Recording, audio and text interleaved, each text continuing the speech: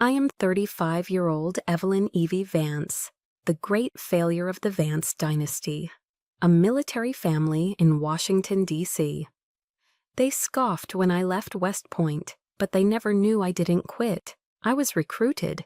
Tonight, at my father's gala, they would ignore me again, unaware that a single encrypted text in my pocket could command men more powerful than they'll ever meet. Driving to Fort McNair, I held on to a foolish sliver of hope. But inside the glittering ballroom, the final humiliation came from my aunt. In front of a general, she asked loudly, "Evie, dear, are you still slapping labels on storage containers at the Department of Energy?" An icy chill shot down my spine. My throat tightened, words failing me, as I could only manage a practiced, hollow smile. Have you ever been made to feel invisible by your own family?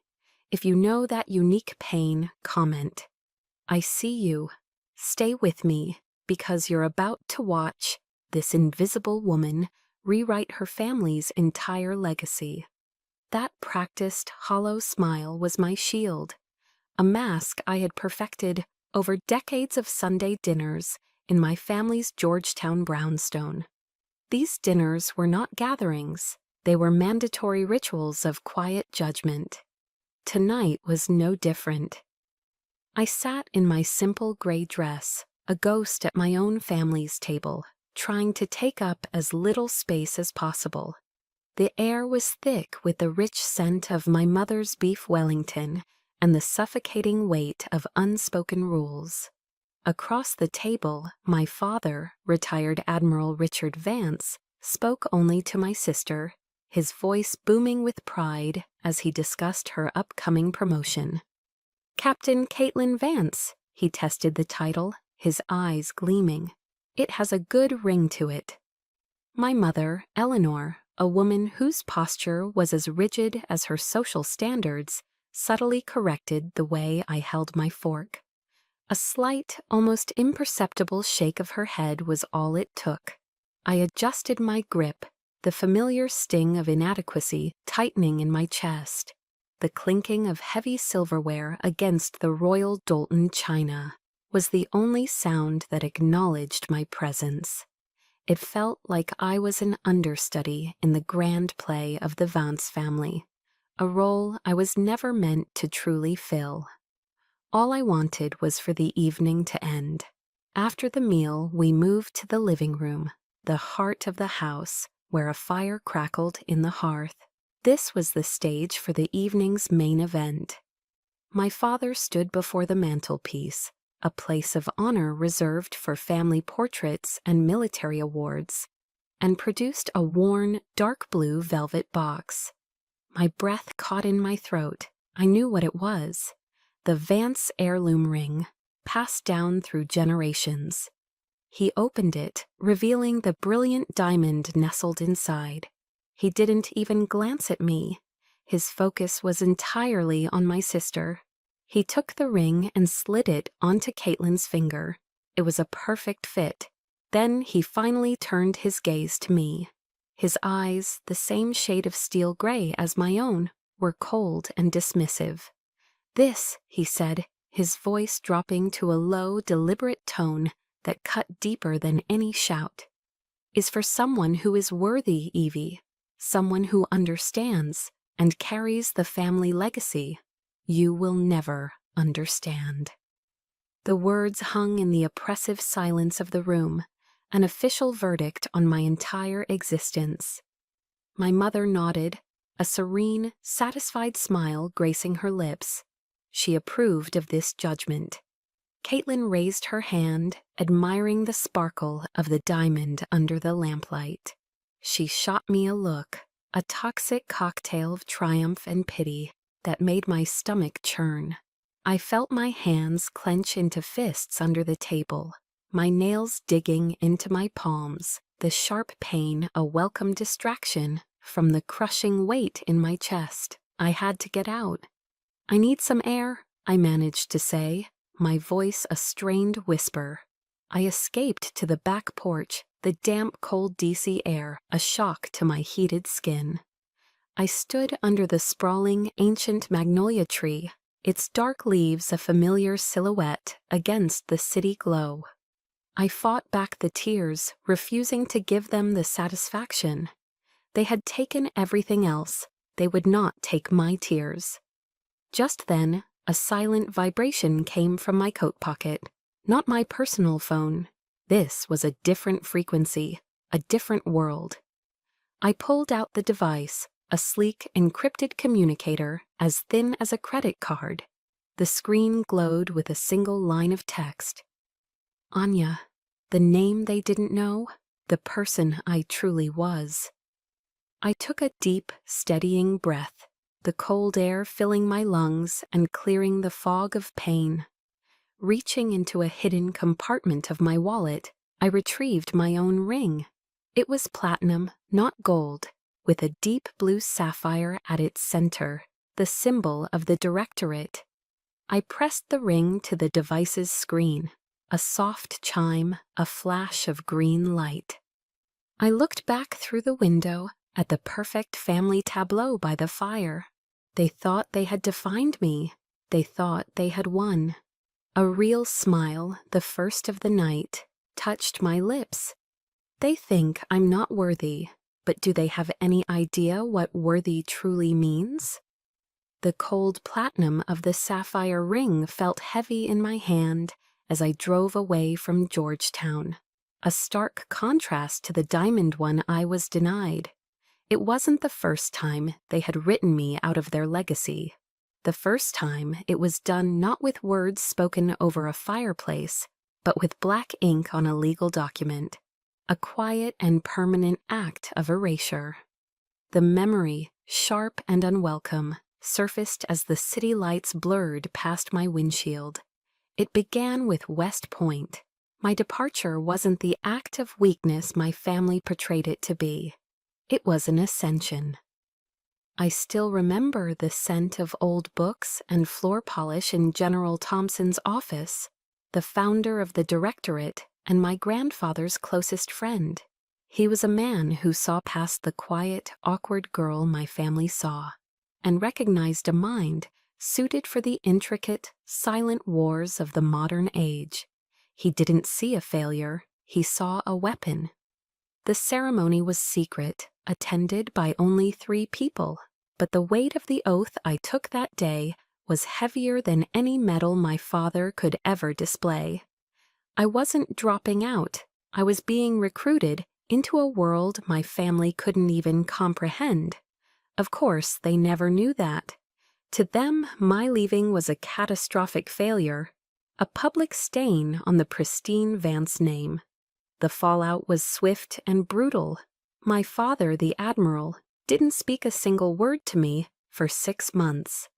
It was a quiet punishment, a suffocating silence that screamed his disappointment louder than any tirade. I would see him at the breakfast table, his jaw tight as he read the Wall Street Journal, my presence completely ignored. My mother's disapproval was more theatrical. There were tearful phone calls, dramatic sighs, and lamentations to her friends from the country club about how she had failed, how her youngest daughter had thrown away every advantage. "I just don't know what we're going to tell people," she'd wailed, her primary concern, not my well-being, but the family's social standing. Caitlin, ever the golden child, perfected the art of condescending pity. "I just feel so bad for her," I overheard her telling a friend. The pressure was just too much for poor Evie. Her sympathy was a sharper blade than my father's silence, twisting the narrative into one of my own frailty. But the true, calculated nature of my exclusion was revealed a year earlier, when I was 21. I had just had a terrible fight with my father. I'd refused to apply to law school at Georgetown, a path he had preordained for me. He saw it as the only respectable civilian career for a Vance who wouldn't serve. I saw it as another gilded cage.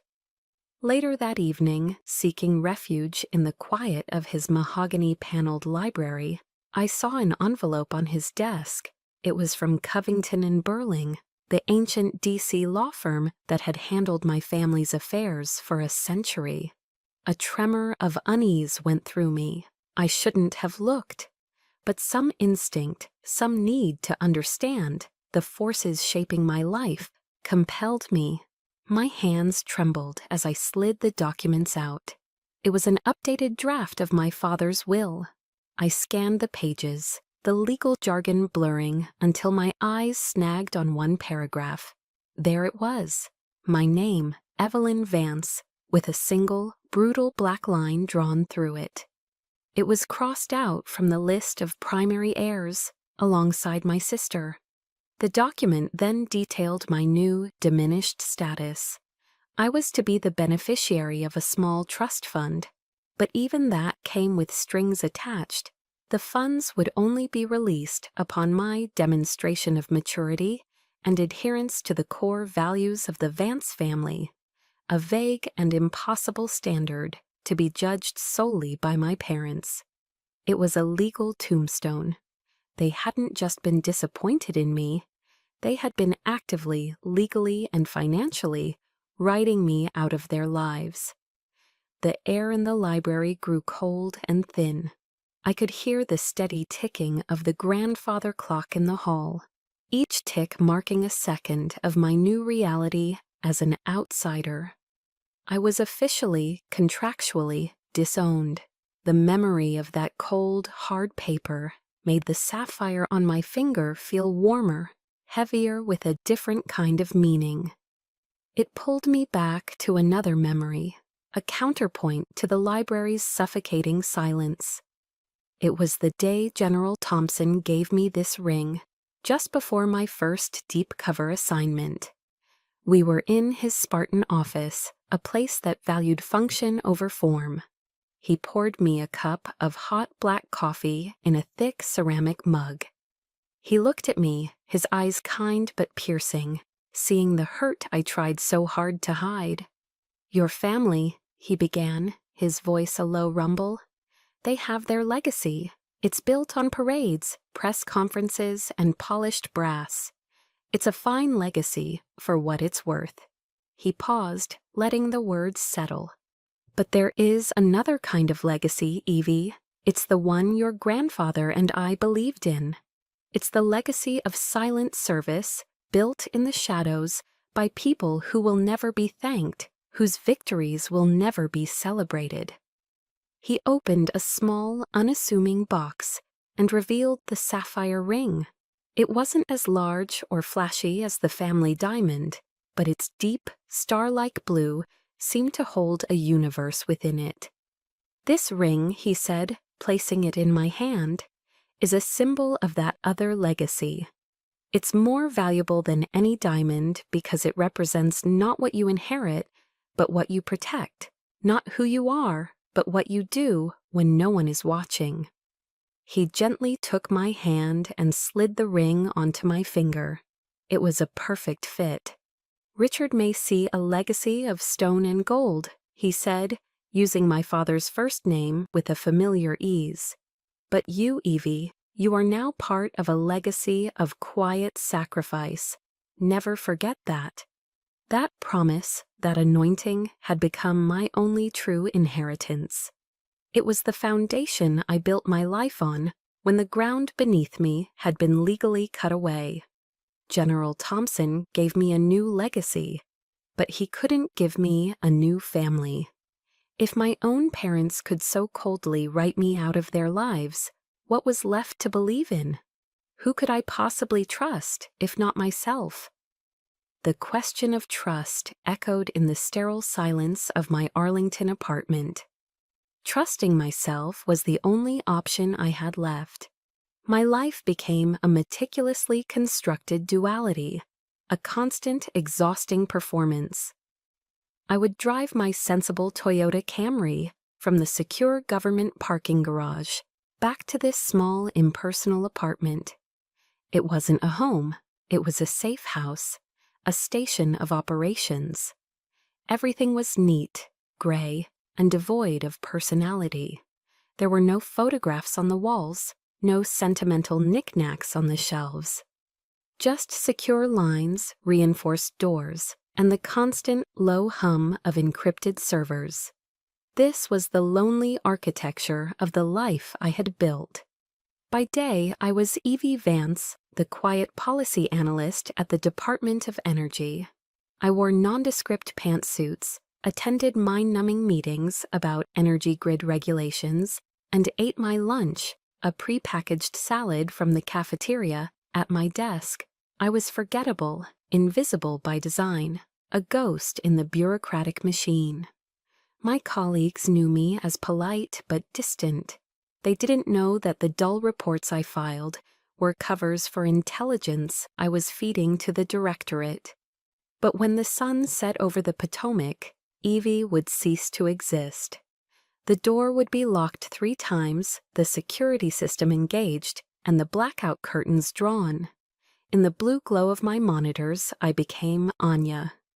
My evenings were a blur of decoding intercepts from foreign agents, analyzing satellite imagery, and managing assets in volatile regions of the world. Dinner was usually a Stauffer's frozen lasagna or a handful of almonds eaten without tasting, my eyes never leaving the streams of data. The faces of the agents I directed, people whose lives depended on my decisions, were just code names and pixelated images. I was forbidden from forming attachments, from even remembering their real names. It was a necessary, soul-crushing part of the job. Sleep was a luxury, a series of short, fitful naps, often interrupted by alerts from halfway across the globe. Some nights, the exhaustion was a physical weight, a crushing pressure behind my eyes. On those nights, I would get in my car and just drive. I'd head south on I-95, away from the city's sterile glow, deep into the rural heart of Virginia. My destination was always the same, a 24/7 Waffle House off a forgotten exit. Its bright yellow sign, a beacon in the darkness. I'd slide into a worn vinyl booth or sit at the counter, the air thick with the smell of sizzling bacon and burnt coffee. I would order a black coffee and a plate of blueberry pancakes. The night shift waitress, a kind older woman named Marge with tired eyes and a warm smile, got to know me. She never asked what I did or why a young woman was always alone at 2 in the morning. She just kept my coffee cup full. "You look beat, honey," she'd say, her voice raspy from years of cigarettes and small talk. "Eat up, you need your strength." That simple, unearned kindness from a stranger was an anchor. In that brightly lit, greasy spoon diner, surrounded by truck drivers and night workers, I wasn't Evie or Anya. I was just a tired woman eating pancakes. For a few precious moments, I felt human. One night, back in the sterile silence of my apartment, I was reviewing the after-action report for Operation Winter Sun. It was the mission that had cost General Thompson his life and nearly cost me mine. A sudden, sharp pain radiated from my left shoulder blade, a familiar ache from an old wound. I reached back, my fingers tracing the jagged, raised line of the scar beneath my shirt. A permanent souvenir from a piece of shrapnel. It was a physical reminder of the price of this life. I had traded everything for it. I had traded a family, however broken, for a life of secrets. I had traded the possibility of love for the certainty of duty. I had traded a normal life of backyard barbecues and holiday gatherings for the cold, lonely burden of power and responsibility. Staring at my own reflection in the dark monitor, I saw the dark circles under my eyes, the tension in my jaw. Was it worth it? The question hung in the empty room, a silent accusation. The safety of the nation rested on my shoulders, but my own soul felt terrifyingly, profoundly alone.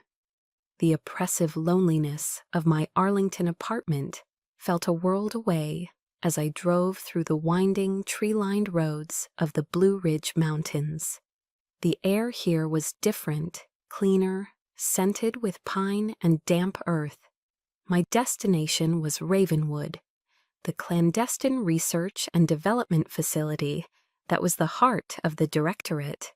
Tucked away in a secluded valley, hidden from satellite eyes and civilian curiosity, this place was more of a home to me than my family's house in Georgetown had ever been.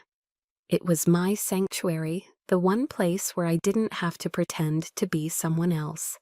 As I passed through the final unmarked security checkpoint, a familiar figure was waiting for me on the steps of the main building. Sergeant Major Elias Thorne. A living legend in the Special Forces community, Thorne was a man carved from granite and gunpowder, with eyes that had seen more than most history books contained. He had been General Thompson's right hand for 30 years, and now he was my most trusted ally. He was the only person in the entire organization who knew my full story, the only one who had permission to bypass protocol. As I stepped out of the car, he gave a short, respectful nod. He didn't salute. He didn't call me director or Anya. Evie, he said, his voice a low, gravelly sound that was strangely comforting. Good to have you back. Just hearing my real name, spoken with simple, unadorned respect, made the tension in my shoulders ease for the first time in days. Here, I wasn't the disappointing daughter or the enigmatic director. I was just Evie. Later that evening, after a long day of briefings on the Chimera Protocol, I found myself in Thorne's office.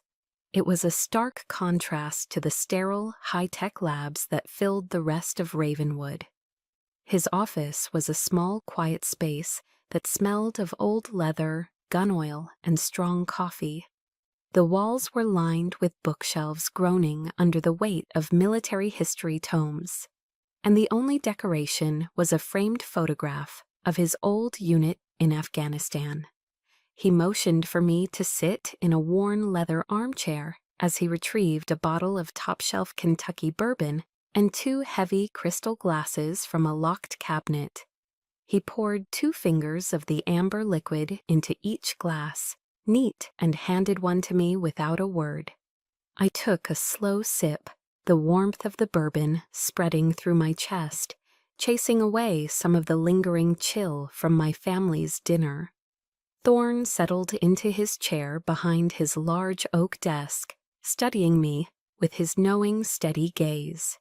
He didn't rush the silence. He let it sit between us, a comfortable quiet that I never experienced anywhere else. "You look troubled," he finally said, his voice calm and direct. "More than usual. Was it your family again?" The question was so straightforward, so devoid of judgment, that I found myself answering honestly. "My father," I said, my voice quiet. "He gave Caitlin the heirloom ring, told me I wasn't worthy of it." Thorne didn't offer empty platitudes or tell me it didn't matter. He just nodded slowly, a deep understanding in his eyes. He knew my family's dynamics almost as well as I did. He listened as I recounted the cold words, the dismissive gestures. He was a rock, absorbing the impact of my pain without flinching. When I finished, he took a slow sip of his bourbon. "Be careful, Evie," he said, his tone shifting from paternal to professional. "Your family's a distraction, but there's a real threat on the horizon. Marcus Gallo is back on the grid." My blood ran cold. Gallo was the rogue operative responsible for the disaster of Operation Winter Sun, the man whose ambition had gotten General Thompson killed.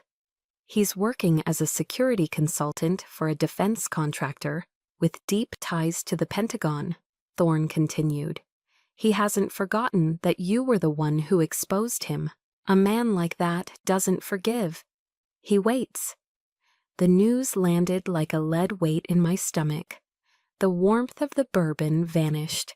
Thorne saw the change in me, He leaned forward, pulling his wallet from his back pocket. He didn't pull out a file or a mission directive. He pulled out a worn, creased photograph of a smiling woman and a little girl with bright, laughing eyes. "My daughter and my granddaughter, Sarah," he said, his gruff voice softening with affection. He slid the photo across the desk for me to see. "This, Evie, is real family. It's not about bloodlines or last names. It's about who stands in your corner when the whole world is against you. It's about who shows up." He looked me straight in the eye. "General Thompson loved you like a daughter. He saw you as his true successor. And for what it's worth, so do I. You are his legacy, not your father's. Don't you ever forget that." His words were a shield, a suit of armor for my weary soul. For a moment, I felt the profound weight of my loneliness lift. I wasn't entirely alone in this fight. I had an ally. I had a family, not of blood, but of choice, forged in shadows and bound by loyalty. The warning from Elias Thorne about Marcus Gallo echoed in my mind for days. A low-frequency hum of impending danger. So when my mother's number flashed on my secure phone a week later, my guard was already up. I was in the middle of a systems diagnostic at Ravenwood. The cool, controlled environment, a world away from my family's chaotic dynamics. I let it ring twice before answering. "Evie, darling," her voice was honey-sweet, a tone she reserved for public appearances or when she wanted something significant. It immediately set off alarm bells. "Your father and I were thinking, it's been too long. We'd love to take you to dinner at the inn at Little Washington. Just the three of us, a real family evening." A real family evening. The words were a carefully chosen lure. And the inn at Little Washington, that wasn't just dinner, it was a stage. A 3-Michelin star restaurant nestled in the Virginia countryside. It was the Vance family's preferred venue for orchestrating major life decisions, business deals, and most often, ultimatums. It was where they had announced Caitlin's appointment to the Naval Academy, and where they had informed me they were cutting off my college fund after I switched my major from political science to cryptography. My logical mind, the Anya part of me, knew it was a trap. The warning about Gallo was too fresh, the timing too convenient, but the Evie part, the neglected daughter who still existed somewhere deep inside me, clung to a sliver of irrational hope. Maybe this time, a foolish voice whispered, "It will be different." I agreed. The drive to the restaurant was a quiet battle within myself. I chose my outfit with the precision of a field agent preparing for a mission. A simple, elegant black dress, professional but understated. Armor. The inn was as opulent as I remembered, plush carpets, impossibly intricate floral arrangements, and the hushed reverence of diners paying a small fortune for edible art. My parents were already seated at a secluded corner table. My mother, in a Chanel suit, smiled brilliantly as I approached, a public display of maternal affection that felt utterly hollow. My father, the Admiral, stood and gave me a stiff, formal hug that felt more like a pat-down. The first hour was a masterpiece of emotional manipulation. They were charming. They asked about my work at the Department of Energy with feigned interest. They reminisced about a happy childhood vacation to Martha's Vineyard, a memory carefully edited to exclude any of the usual tensions. They ordered a bottle of exorbitantly priced Cabernet Sauvignon and insisted I have a glass. It was a performance, a carefully constructed illusion of a loving, functional family. The food arrived, delicate plates of seared foie gras and truffle-dusted scallops, but I could barely taste it. The knot in my stomach tightened with every passing minute of their charade. Finally, as the dessert plates were cleared, My father leaned forward, steepling his fingers. The performance was over. "Evie," he began, his voice shifting from warm patriarch to commanding officer, "we have a small family matter to discuss." He spoke of an old friend, a man named Robert Taggart, who owned a major defense contracting firm. Taggart's company, he explained, was in the running for a massive, multi-billion-dollar energy infrastructure contract, but was facing some bureaucratic headwinds. "I know you work at the Department of Energy," he said, his gaze locking onto mine. "You're in a position to hear things. We're not asking for much, just some internal insight. A heads up on the competition's bids, perhaps a good word with the right people." He paused, letting the weight of his request sink in. "It would be a great help to Taggart, and in turn a great help to this family.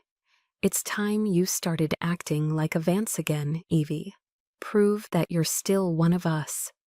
There it was, the transaction. Love and belonging in exchange for a felony. The air grew thick, the silence broken only by the distant murmur of other diners. I placed my fork down on the linen tablecloth, the small click loud in the tense quiet. I looked directly into my father's eyes, my own voice emerging calm and cold, a tone he had never heard from me before. "The internal insight you're asking for is classified information, Father. A federal crime." I didn't stop there. I let the second shoe drop. "And your friend, Mr. Taggart, his firm, Taggart Dynamics, is currently under a quiet federal investigation for its financial ties to a certain security consultant." I let the name hang in the air between us. A man named Marcus Gallo. The color drained from my father's face. He was stunned into silence. My mother, however, immediately went on the defensive, her polished mask cracking. "Evelyn, that's a dreadful accusation," she hissed, her voice low but sharp. "You're always so dramatic, making everything so complicated. Your father is simply asking for a small favor for your family." But I saw the truth in their shocked expressions. They knew about Gallo, and they didn't care. They were willing to use me, to risk my career and my freedom, to settle a debt for a corrupt friend. The last fragile ember of hope inside me died, turning to cold, hard ash. They hadn't just underestimated me, they had fundamentally misunderstood who I had become. I slowly folded my napkin and placed it on the table. My decision was made. The silence in my car on the drive back from the inn was heavier than any argument. I knew my refusal wasn't just a no, it was a declaration of war. I didn't have to wait long for their first strike. 3 days later, I was summoned to the office of my direct supervisor at the Department of Energy. A bland, by-the-book man named Mr. Henderson. His usual placid demeanor was gone, replaced by a look of grave concern. He closed his office door, a gesture that immediately sent a jolt of adrenaline through me. "Evelyn," he began, avoiding my eyes and shuffling papers on his desk. "We've received a disturbing communication, an anonymous one." He slid a printed email across the desk towards me. I picked it up, my hands steady despite the tremor starting deep inside. The email was a character assassination, cloaked in the language of civic duty. It painted me as an unstable individual, citing a troubled history of noncompliance and insubordination during her time at West Point. It suggested that my quiet nature was not professionalism, but a sign of potential psychological instability, and concluded by ominously questioning if I was truly suitable for a position with access to sensitive government information. It was a smear campaign designed to destroy my career and my credibility. My eyes scanned to the bottom of the page, to the metadata the IT department had managed to pull. The email had been sent from a public terminal. A public terminal located in the library of the Army and Navy Club, the exclusive DC institution where my father had been a member for 40 years. It was his handiwork. He hadn't just been angry, he had acted. He had tried to burn down the one small, quiet life I had built for myself, all because I had refused to break the law for him. The pain was sharp, but it was quickly being consumed by a cold, rising tide of fury. I drove straight from my office to the Navy Yard, to the gleaming glass and steel condominium building where my sister lived. I didn't call first. I bypassed the doorman with a flash of my government ID and took the elevator straight to her penthouse. Caitlin opened the door, dressed in athletic wear, a look of surprise on her face that quickly morphed into annoyance. "Evie, what are you doing here?" she asked, blocking the doorway. I held up the printed email. "This," I said, my voice dangerously calm. "This is what I'm doing here. Did you know about this?" She glanced at the paper, her eyes flicking over the words. For a moment, a flicker of guilt crossed her face, but it was quickly extinguished, replaced by the familiar Vance defensiveness. I don't know what you're talking about." "Don't lie to me, Caitlin," I said, stepping past her into the apartment. "The Army and Navy Club, that's his sanctuary. You knew he was going to do something." She finally broke, her voice rising with indignation. "He's our father, Evie. You humiliated him. You refused to help the family, refused to do one simple thing after everything he's done for you." "Everything he's done for me," I laughed, a harsh, bitter sound that surprised even me. "You mean disowning me? Or trying to get me fired from a job he thinks is beneath me?"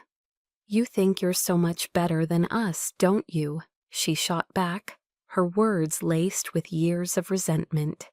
"Hiding away in your little government job, judging all of us. You defied an admiral of the United States Navy. Did you really think there wouldn't be consequences? Dad just wanted to teach you a lesson about loyalty." That was it. The final clarifying blow. Teach me a lesson. In their twisted world, I was the one who was wrong. My refusal to commit a crime was an act of disloyalty that required punishment. The last vestiges of pain inside me solidified into something hard and unyielding. The part of me that had always hoped, always yearned for their approval, died in that moment. In Caitlin's luxurious, sun-drenched living room, I turned and walked back to the door without another word.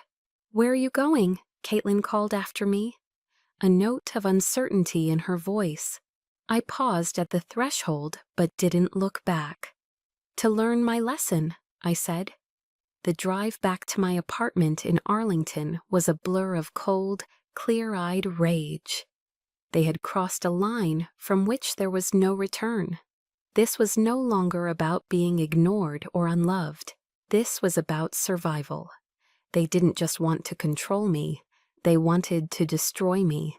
I walked into my safe house, locked the 3 locks, and went directly to my workstation. The anger wasn't hot and chaotic anymore. It was focused, a laser beam of pure, undiluted resolve. I sat down, my posture perfect, and looked at the sapphire ring on my finger. I remembered General Thompson's words, "A legacy of silent service, what you do when no one is watching." For years, I had protected this country from its enemies in the shadows. Now, I had to protect myself. My fingers flew across the encrypted keyboard, the clicking of the keys the only sound in the room. I composed a new message, my purpose absolute. I addressed it to Thorne. The subject line was simple: Activate Chimera Protocol. The body of the message was even simpler: Target acquisition, Marcus Gallo, and all associated assets. I stared at the words for a single silent heartbeat. Then I hit send. The send icon on my screen flashed once, a digital point of no return. Less than 60 seconds later, my secure line buzzed with an incoming call from a protected number. It was Thorn. Anya, his voice was all business, stripped of the warmth from our earlier conversation. The game was on. "I've received your directive. What's your first move?" "Get me a skiff," I ordered, using the acronym for Sensitive Compartmented Information Facility. "And get our best network analysts. We're going hunting." Within the hour, a sterile conference room deep inside Ravenwood had been transformed into a war room.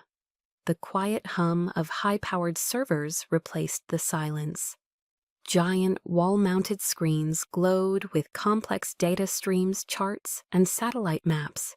Thorn stood by my side, a silent, imposing presence, while two of our top analysts, a young prodigy named Diaz and a veteran named Chen, typed furiously at their terminals. In this room, I was not the timid Evie Vance. I was Director Anya, and the cold, calculated rage that had propelled me here had now settled into a state of hyper-focused clarity. This was my element.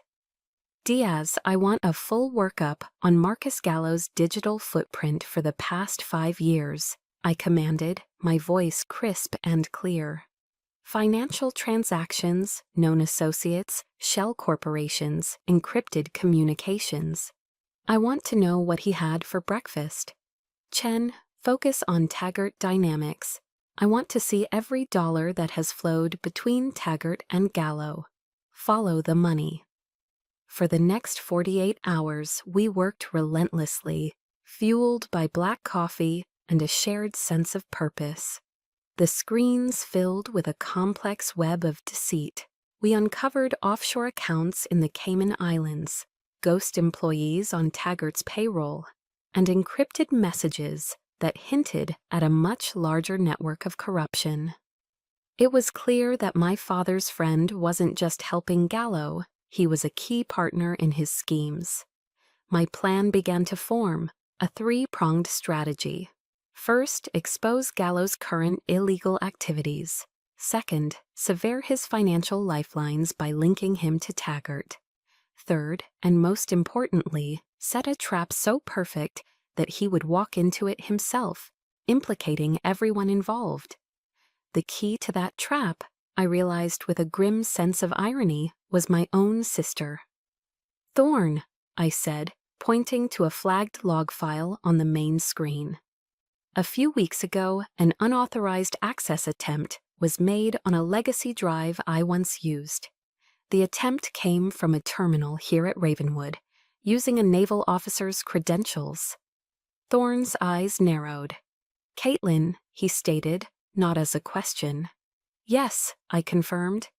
"She didn't get through, but she left a digital fingerprint, a breadcrumb. Gallo is a master of counterintelligence. If he's been monitoring my family, looking for a way in, he would have seen that attempt. He would interpret it as a weakness, a sloppy mistake by a disgruntled family member, a potential vulnerability to exploit." A plan crystallized in my mind. We're going to use that breadcrumb. We'll create a honeypot, a decoy server that mimics a classified Pentagon network. We'll seed it with what looks like top-secret drone schematics, incredibly valuable data, and we'll leave a single, subtle entry point that appears to be linked to Caitlin's failed hack. We're not just setting a trap for a hacker. We're baiting Gallo's ego. He'll believe he's outsmarting my stupid little sister to get to me. But to make the trap truly effective, I needed an ally inside the Pentagon, someone with the authority to convene the right people at the right time. There was only one logical choice, and it was a risky one. I placed a secure video call to Colonel Eva Madsen, the formidable head of the Directorate's Internal Security Division. Madsen was a sharp, no-nonsense officer who had, in the past, viewed my unconventional methods with suspicion. Her face appeared on the screen, her expression impassive. "Director Anya," she said curtly. I didn't waste time. I laid out the entire operation, from my father's request and my refusal, to the anonymous email and my subsequent investigation into Gallo. I told her about the honeypot strategy, and I didn't hide Caitlin's involvement. I told her everything, laying my cards on the table. It was a calculated risk. Exposing my family's dysfunction was a vulnerability, but transparency was the only way to earn her trust. Madsen listened without interruption, her eyes never leaving mine. When I finished, she was silent for a long moment, processing. I could see the gears turning behind her steely gaze. "You're using your own family's disastrous attempt to subvert you as bait for a high-level intelligence operation," she said finally. A note of something I couldn't quite decipher in her voice. "You're putting your entire career and the directorate's reputation on this one play." "Yes," I replied simply. A slow, thin smile spread across her lips. It was the first time I had ever seen her smile. "I like it," she said. "It's audacious, it's clean. You have my full support, Director. Tell me what you need." The pieces were in place. The weapon was assembled. I looked at the screen where Diaz had just finished setting up the honeypot server. "Now," I said to Thorne, a cold calm settling over me, "we wait for the snake to take the bait." The bait was taken. 2 days after we set the honeypot, Marcus Gallo, blinded by his own arrogance, triggered the final alert. Believing he had successfully infiltrated a high-level Pentagon server, he initiated a full data transfer. The trap was sprung. The next morning, I found myself in the one place I had spent my life trying to avoid being judged, a secure hearing room in the Pentagon. The room was a sterile, windowless box designed for secrets and interrogations. The air was cold, recycled, and thick with tension. Seated around a polished mahogany table were some of the most powerful figures in the U.S. military and intelligence communities. A 3-star Air Force general, the deputy director of the NSA, and several other high-ranking officials. And at the far end of the table, seated next to each other, were my father and my sister. Admiral Vance was there in his capacity as a respected senior advisor. Captain Caitlin Vance was present as a person of interest, the supposed origin of the security breach. I sat opposite them, a low-level analyst from the Department of Energy, the designated scapegoat for the day's proceedings. Elias Thorne stood against the back wall, a silent, unreadable statue. The star witness, of course, was Marcus Gallo. He was brought in, not as a suspect, but as the expert consultant who had uncovered the breach. He strode into the room with an air of smug confidence, dressed in an expensive suit, a picture of corporate success. He shook hands with the generals, his smile smooth and practiced. He nodded condescendingly at me. My father and sister looked on, their expressions a mixture of grim satisfaction and anticipation. This was it. This was the stage for my public execution. Gallo began his presentation, his voice confident and clinical. He used a laser pointer to highlight complex network diagrams on a large screen, weaving a convincing narrative of a significant data exfiltration. He spoke of sloppy security protocols and a vulnerable entry point that he had traced back to a specific user's credentials, Captain Caitlin Vance's.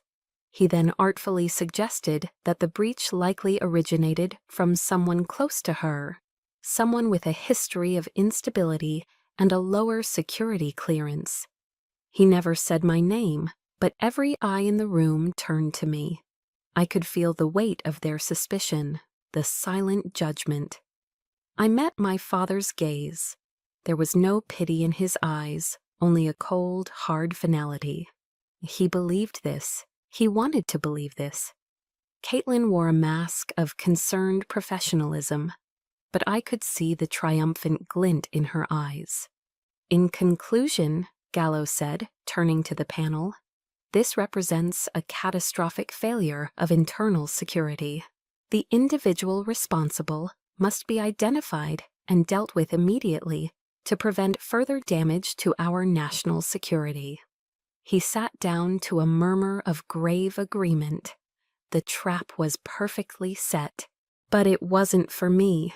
The 3-star general cleared his throat, ready to pass sentence. But before he could speak, Colonel Eva Madsen, who had been sitting quietly in the corner, stood up. "General, if I may," she said, her voice cutting through the tension. "Thank you for that theatrical presentation, Mr. Gallo. Before we proceed, I believe it's crucial we hear from the individual with the highest authority on non-traditional threats in this room." A confused silence fell. The general looked at Madsen, then around the table. "And who would that be, Colonel?" Madsen turned her head, her gaze locking directly onto me. Her voice was clear, precise, and echoed in the stunned silence of the room. "Director Anya Vance, of course. Director, perhaps you could shed some light on this situation for us?" Time seemed to stop. Every head swiveled in my direction. The sound in the room was a collective, sharp intake of breath.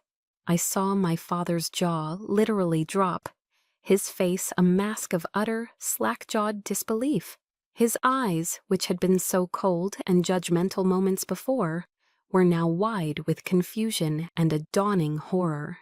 Beside him, Caitlin went pale, a ghostly white. Her professional composure shattered, revealing the raw shock beneath. She stared at me as if she had never seen me before in her life. Across the room, I saw the barest hint of a smile touch the corner of Elias Thorne's lips. I rose slowly from my chair. The mousy, invisible Evie they had all come to condemn was gone. In her place stood Anya, the director of the directorate. I didn't raise my voice. I didn't need to. "Thank you, Colonel Madsen," I said, my voice calm and carrying an authority that silenced any potential interruption. "Mr. Gallo is correct about one thing. There has been a data breach. However, it was not a breach of our systems. It was a breach into his." I nodded to Thorne, who tapped a command into a tablet. The main screen behind me changed. Gallo's confident presentation was replaced by a live feed of his own encrypted network. The entire data leak, I explained, my voice cold and precise, was in fact a honeypot operation, designed and executed by the Directorate. We seeded a decoy server with phantom data, these drone schematics Mr. Gallo was so proud of finding, and led him to it using a digital breadcrumb he believed was a vulnerability. I walked towards the screen, my gaze sweeping over the shocked faces of the generals, then landing on Gallo, whose face was now a mess of sweat and panic. For the past 72 hours, every keystroke Mr. Gallo has made, every encrypted message he has sent, every dollar he has moved, has been logged by a Trojan horse he willingly downloaded onto his own system. The screen split, showing Gallo's offshore bank accounts in the Cayman Islands, detailing illegal wire transfers to shell corporations. It showed encrypted emails between him and Robert Taggart, discussing their plan to use my father to pressure me. It showed everything. The web of deceit was laid bare for everyone to see. Mr. Gallo was not uncovering a threat, I concluded, turning back to the panel. He was the threat, and he has just delivered his entire criminal enterprise directly to us. As I finished speaking, the heavy doors at the back of the SIF swung open. Two stone-faced men in dark suits and FBI windbreakers entered the room. They walked directly to Gallo, who was frozen in his chair, his face ashen. "Marcus Gallo," one of the agents said, his voice flat. "You are under arrest for conspiracy, espionage, and multiple violations of federal security laws." As they pulled him to his feet and snapped handcuffs around his wrists, the room was utterly silent. The generals, my father, my sister, they were all statues, paralyzed by the whiplash of the last 10 minutes. The war with Gallo was over. The heavy doors of the skiff closed behind the federal agents, leaving a profound silence in their wake. I didn't look at the defeated generals or the stunned officials. My eyes found my father and my sister. For the first time in my life, I saw fear in their eyes. Fear and utter, complete disbelief. The reckoning with my family had just begun. The meeting was adjourned. The generals and officials filed out of the Tsaoyef with new, guarded respect in their eyes, some offering me stiff, formal nods I barely noticed. After the heavy doors closed behind the last of them, a profound silence descended. Thorne gave me a single, understanding nod from across the room before quietly excusing himself, leaving me alone with the wreckage of my family. For a long moment, the three of us just stood there, frozen in the cold, sterile light of the Pentagon hearing room. The reckoning had arrived. My father was the first to find his voice. The shock in his eyes had curdled into a dark, sputtering rage. He followed me as I collected my things, his footsteps heavy on the tiled floor. He didn't wait until we were out of the room. He cornered me near the door, his face flushed, and his voice a low, furious growl. "What have you done, Evelyn?" he hissed, his use of my full first name a clear sign of his fury. "You humiliated me. You dragged the Vance name through the mud in front of my peers." I turned to face him, and for the first time in my life, I felt no fear. The years of intimidation, of cowering under his disapproval, had been burned away in the fire of the last week. I looked him straight in the eye. "The Vance name?" I asked, my voice dangerously quiet, colder than his had ever been. "Let's talk about the Vance name, Father. Is the family honor in trying to coerce your daughter into committing a federal crime to protect a corrupt business associate? Or is it in writing her out of your will because she chose a different path? Tell me. I'd love to understand your definition of honor." His face went from red to pale. The accusations, spoken aloud with such clarity, left him speechless. He had no defense against the truth. It was Caitlin who stepped forward then, her face pale and streaked with tears. The arrogance was gone, replaced by a desperate, panicked look. "Evie, I'm so sorry," she stammered, reaching a hand out to me. I didn't know. I swear, I didn't know the extent of it." I looked at her outstretched hand but made no move to take it. The apology felt hollow, a last-ditch effort to salvage something from the ruins.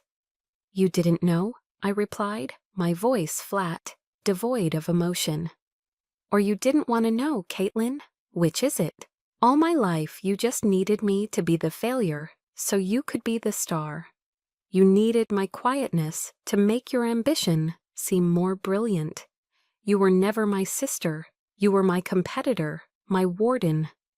Every word was a truth I had swallowed for decades, and now they were out, sharp and undeniable. She flinched as if struck, her hand falling back to her side. She had nothing to say because she knew it was true. The foundation of our entire relationship had been built on that toxic dynamic, and I had just demolished it.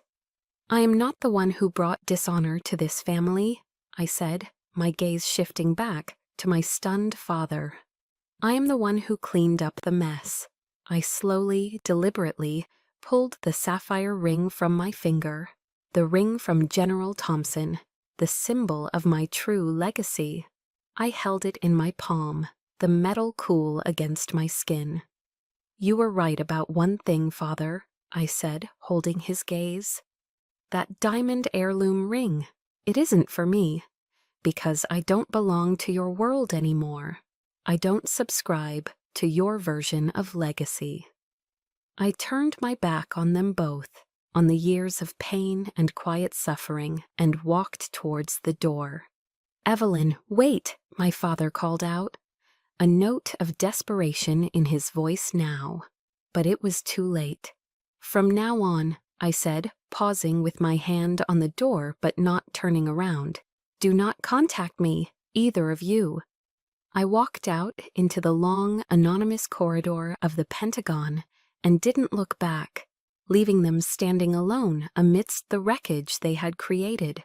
Walking through the parking garage, the cool, concrete-scented air felt clean. A profound sense of release washed over me, a lightness I hadn't felt in years. The war was over. I had won. But as I got into my car and the adrenaline began to fade, the victory felt hollow.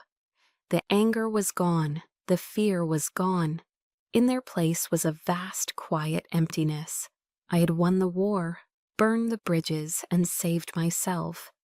But now, standing alone in the aftermath, I had to figure out what came next. The anger was gone. The fear was gone. In their place was a vast, quiet emptiness.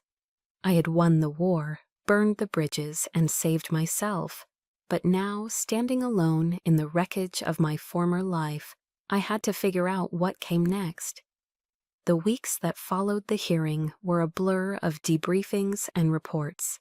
The directorate moved swiftly to dismantle Gallo's network, and the political fallout for my father's associate, Robert Taggart, was immediate and severe. I heard through back channels that my father had resigned from all his advisory boards. The Vance name, once a shield of honor, had become a liability. I felt nothing hearing this news, not satisfaction, not pity, just a profound, hollow distance. A few months later, on a crisp autumn day, a small private memorial service was held for General Thompson at Arlington National Cemetery. It was to mark the anniversary of his death during Operation Winter Sun. There were no press, no politicians. Only a handful of us from the directorate stood among the endless rows of white headstones. The quiet dignity of the place, the rustling of fallen leaves, and the distant, mournful sound of taps being played for another fallen soldier created a sense of solemn peace. I stood before his simple, elegant headstone, the same as all the others, and placed a single white rose at its base. Elias Thorne stood beside me, his weathered face impassive but his presence a solid comfort. Looking at the small group assembled, Madsen, Diaz, Chen, and a few other senior operatives, I realized I wasn't alone. This was my family now, a family forged not by blood, but by shared secrets, mutual respect, and a silent, unwavering commitment to a cause larger than ourselves. As we stood in a moment of silence, Thorne placed a heavy hand on my shoulder. It wasn't a gesture of pity, but of solidarity, a quiet acknowledgement of a shared loss and a shared purpose. When I returned to my apartment that afternoon, there was a single piece of mail in my box that wasn't a bill or junk mail. It was a thick, cream-colored envelope, my name written on the front in handwriting I recognized instantly. Though I hadn't seen it in years, it was from Caitlin. My first instinct was to throw it away, to not let that world touch this newfound sense of peace. But curiosity, or perhaps some final lingering thread of connection, made me open it. The letter inside, written on heavy stationery, was not the rambling, self-serving apology I had expected. It was short, direct, and startlingly honest. She wrote that she had refused to accept the heirloom diamond ring from our father. She told me she had put in for a transfer to the Pacific Fleet, as far from DC and the family's influence as she could get. The letter ended with a few simple, powerful sentences. "You were right about everything, Evie. I spent my whole life competing with a ghost, and I never stopped to see the person who was actually there. I need to find out who I am without the Vance name weighing me down. I hope you find your peace." It wasn't a plea for reconciliation. It was a declaration of independence. It was, in its own way, a final quiet goodbye. I folded the letter and put it away, a strange mix of sadness and relief settling over me. The bridge was well and truly burned, but perhaps on the other side, we could both finally start to build something new for ourselves. The following spring, I bought a small, rustic cabin nestled deep in the Blue Ridge Mountains, not far from Ravenwood. It was made of dark wood with a wide porch and a stone fireplace. It was the first place that ever truly felt like mine. One cool morning, I stood on that porch, a warm ceramic mug of black coffee in my hands, and watched the sun rise over the misty valley. The air was clean and cold, and the only sound was the chirping of birds. The sapphire ring, General Thompson's ring, was back on my finger. It felt different now, not a burden or a secret, but a quiet, comfortable part of me. I was no longer the broken Evie, desperate for approval, nor was I the cold, calculating Anya running on rage. I was just Evelyn, a woman who had walked through fire and found a quiet strength on the other side. My legacy wasn't the one my father had tried to force upon me, a legacy of names and portraits in gilded frames. My legacy was silent. It was in the operations I ran, the threats I neutralized, the lives that were safe because of the work I did in the shadows. It wasn't a legacy that would ever be carved in stone, but it was real. The sun climbed higher, flooding the valley with golden light. The ghosts of the past were quiet now, not gone, but finally at peace. And for the first time in as long as I could remember, I looked towards the future not as something to be endured, but as something to be built. I felt a profound, unshakable sense of peace. My journey taught me that true peace doesn't come from a family's approval, but from accepting your own path and finding the courage to walk it. It's a quiet strength, a legacy built in silence. If any part of my story resonated with the strength you've found in your own life, I would be honored if you'd leave a blue heart in the comments to share that peaceful energy with others. Please like this video and subscribe to the channel. There are so many more stories of quiet resilience waiting to be told, and I want to share them with you.